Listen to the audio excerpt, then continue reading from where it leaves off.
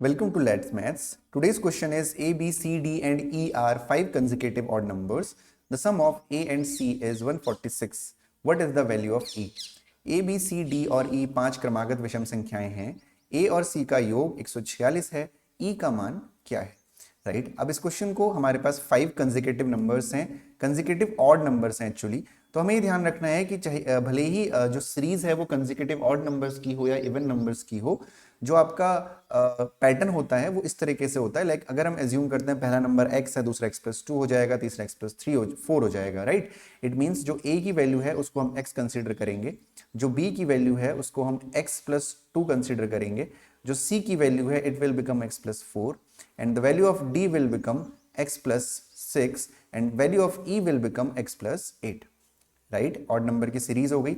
Now हमसे बोला गया है the sum of a and c is 146 and we have the value of a that is x and the value of c that is x+4. Right तो according to the question x+x+4 is equal to 146, then 2x is equal to 146 minus 4, then the value of 2x will become 142.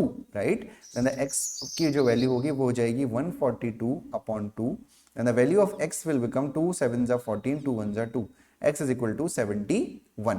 right what is the value of e आपसे पूछा गया. तो the value of e is x+8, that is 71 plus 8. the answer goes to 79, option number C.